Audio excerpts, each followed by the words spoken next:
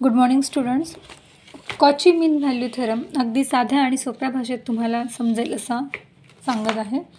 Cauchy mean value theorem generally Rolle's theorem आणि Lagrange theorem आहेत ते एका फंक्शनशी रिलेटेड करतात. कॉची मीन व्हॅल्यू थेरम हा दोन फंक्शनशी येतो. सपोज दोन फंक्शन्स आहेत एफ ऑफ एक्स आणि जी ऑफ एक्स. कंडिशन अशी असते की हे दोन्हीही क्लोज इंटरवलमध्ये कंटिन्युअस पाहिजे. ओके, आणि ओपन इंटरवल ए बीमध्ये हे डिफरन्शियल पाहिजे एका पॉईंटला. एक पॉईंट असा येतो की ज्या वेळेला g dash of x is not equal to 0 त्या पॉईंटला आपल्याला प्रूव्ह करायचं आहे f dash of c g dash of C is equal to f of b minus f of a g of b minus g of a. तर एक condition आहे g of b minus g of a is not equal to 0.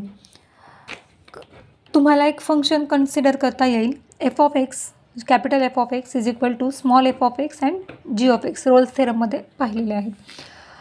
हे function continuous आहे आणि हे function डिफरन्शिएबल आहे म्हणून हे रोल्स थेरमला सॅटिस्फाय करतं. दोन कंडिशन घेऊयात. F of a is equal to f of b आणि दुसरी एक कंडिशन अशी असते की एफ ऑफ सी एका पॉईंटला 0 येईल कुठल्या तरी. ओके, इथपर्यंत कळलं.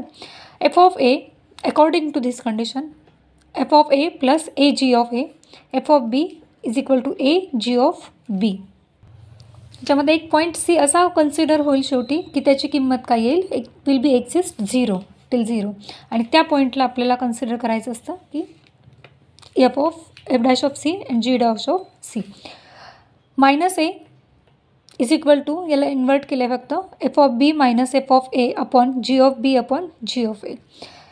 हा क्लोज इंटरवलमध्ये असा एक्झिस्ट होईल की f of C F dash of c plus a G dash of C is equal to 0.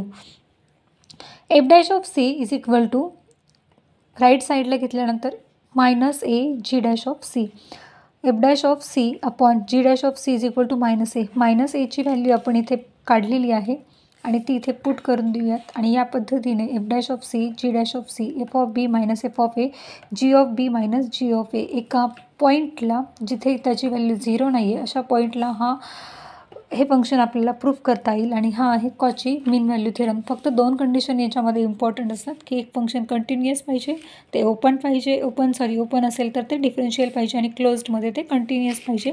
आणि रोल्स थेरम जर सॅटिस्फाय होत असेल तर तिथून पुढे आपल्याला हा थेरम इझिली प्रूफ करता येतो.